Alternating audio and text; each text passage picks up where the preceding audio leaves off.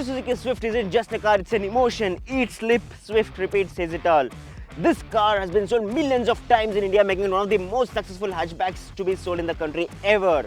But Maruti Suzuki decided to give it a much needed facelift. They've added a couple of important features, namely 6 airbags as standard, which is going to be very important in terms of the passive safety system of the car. However, actual strong structure is super duper important. But they've also removed one cylinder from this car, which is slightly disappointing, especially for the enthusiast community. Does it still make sense to buy this car today in 2024, considering all the ups and downs, especially with the brand new Z series engine? Hello and welcome back to Shutterdrives. We are here in this brand new beautiful road to find that out for you.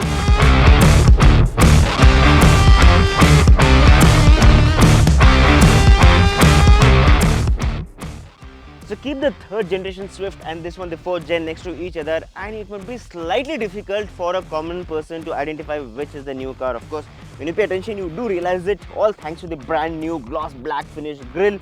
You have this smoky projector headlamps with nice DRLs which look very nice and striking. I honestly like this generation more than the third generation of Swift, but like I mentioned, the difference between third generation and fourth generation is too less. I really wish the visual difference, the visual appeal was a lot more different for people to identify it easier. Of course, you have the big Suzuki grille here, and of course you thankfully get fog lamps in the era where manufacturers are actually omitting fog lamps from their car. You have the nice front skid plate which gives it a bit of sporty look for this nice blue color of the car. So the talk of the town in the 4th gen Swift has to be the downsizing of one cylinder from the 1.2 litre 3-cylinder petrol engine. For the first time is that the Swift gets a 3-cylinder petrol engine in terms of the naturally aspirated engines. You have 80 bhp and 112 Newton meters of torque coming out of this. India is a very mileage conscious country, and that's exactly where this car hits the bullseye bang on with the best in class mileage of 24.8 kmpl for the MT and 25.75 kmpl for the AMT. You thankfully get insulation for the bonnet because 3-cylinder naturally aspirated petrol engines exactly aren't supposed to be very refined, and this is definitely going to help there. Speaking of the alloys, you get black and silver finish for them, 15-inch alloys in this top end variant. They actually look pretty sporty and nice at the same time. Turn indicators on the ORM. Not that I was expecting a 360-degree camera here, but yeah, for starters, you do not get that in the Swift. And the good part is, even the passenger side, you get a request sensor. The biggest change on the side is the positioning of the door handle. You had it here in the 3rd gen Swift, and I was not at all a fan of it, and I'm so happy and glad that it has made back to its way here, making it very utilitarian and convenient for people who are not aware of where exactly the door handle is going to be if it's placed here. No shark fin antenna, you get the normal antenna there, and you have a 37 liters of fuel tank capacity. So you have a rear wiper, big thumbs up in terms of the basic safety and necessity, and you have the reverse camera here. Let's check out the boot capacity of the car. It's 265 liters. You can easily store a couple of bags there. And one small thing is, this thing is actually coming out for the parcel tray, and I really wish we got some better quality stuff here in this particular parcel tray. So moving to the interiors of the 4th generation Swift, first thing that you realize is you get a 9-inch infotainment system here. The massive advantage is gets a completely wireless Android Auto and Apple CarPlay, which is going to be a big convenient feature, one of my personal favorite features. And of course, you have widgets here which you can move on just like most of the Maruti cars, and you get all the connected car tech features which are not going to get too deep into it. The responsiveness of this is pretty decent. However, I just feel that sometimes it takes a little more, probably a second more than it should take to respond. And then you have this nice beautiful AC vent. So overall the design looks pretty clean and contemporary, no radical design there, and that's going to be a very important because Swift is tailoring for the mass market segment, and you don't want to have radical design elements here. Couple of important physical buttons, not that everything is touchscreen based. Couple of important features like AC and climate control which can be operated on physical buttons itself. And then speaking of the instrument cluster, big thumbs up to Maruti Suzuki for actually retaining the old school analog instrument cluster.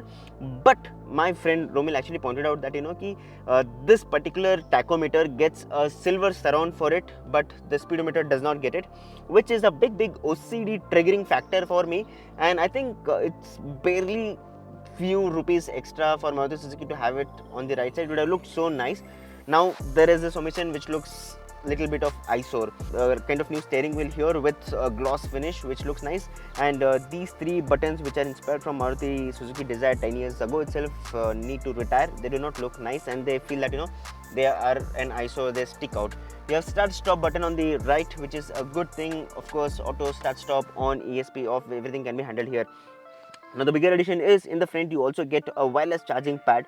just to stay in the race. Maruti Suzuki has ensured that you do get wireless charging pad here. There's a 2-volt socket and a USB charger as well. I really miss Type C charger in the front of the car, because you do get a Type C charger at the rear.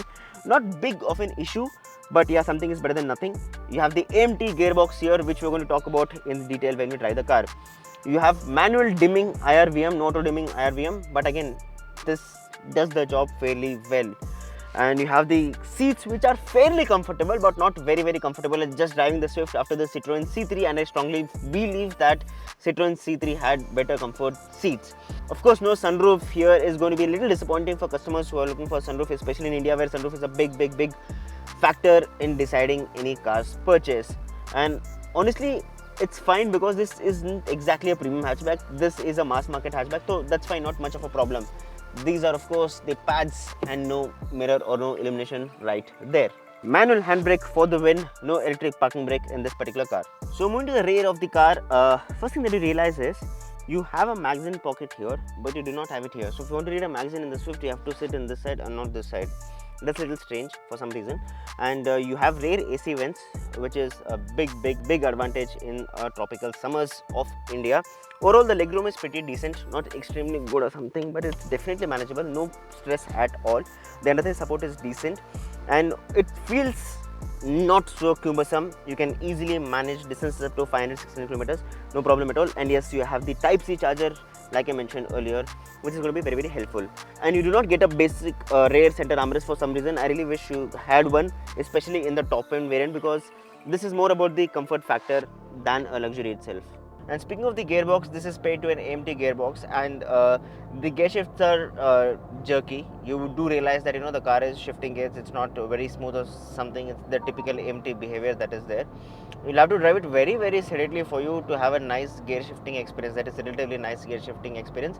Naito, you do feel the jerks when the car is shifting the gears. That said, apart from that, the driving comfort is decent, the seat comfort is pretty good. I was initially skeptical that the screen might block the view of the road from the driver's seat here, but it's not that the case. The screen is kind of hidden, and you can comfortably see the road ahead of you. And even in the tallest seating position, I'm not able to see the bonnet of the car, which is something like the Swift trait since day one. Another good part is the steering feedback. The steering feedback is actually pretty good compared to Swift standards. Like, it was the first generation of Swift which I completely fell in love with when I drove it, because the steering feedback of that car was fabulous, the first Gen 1 and Gen 2. But however, a lot of cars started moving to EPS, electronic power steering, and you do realize that that's what people want. The steering feedback is it's nice, the steering is pretty lightweight, but that said, it's not like point here and the car goes there. It's not that Figo like, but it is pretty decent. This is the horn of the car. Really wish we had a nice, slightly more powerful wind tone variant that we get in Hyundais. But yeah, nevertheless, that is the horn of the car. And speaking of the ride quality, this is something that I really liked it. When we were coming here to this particular place, there were a lot of places where there were potholes, speed breakers and whatnot, and the car kind of absorbed them very nicely. It's like bang on, at least 3.75 on 5 in terms of the ride comfort. The car is actually pretty nice to handle. It's not the hot hatch that you would want, but yes, it definitely does the job in bringing a smile on your face when you want to take it on ghats. Speaking of the engine, this is the new Z series engine that produces around 80 bhp and 112 Nm of torque. The low end is decent. However, Maruti claims that this engine has been kind of tuned for a good low end torque. The low end seems to be decent. The mid range is where the strength of this particular engine lies. The mid range is where you want to kind of hover around.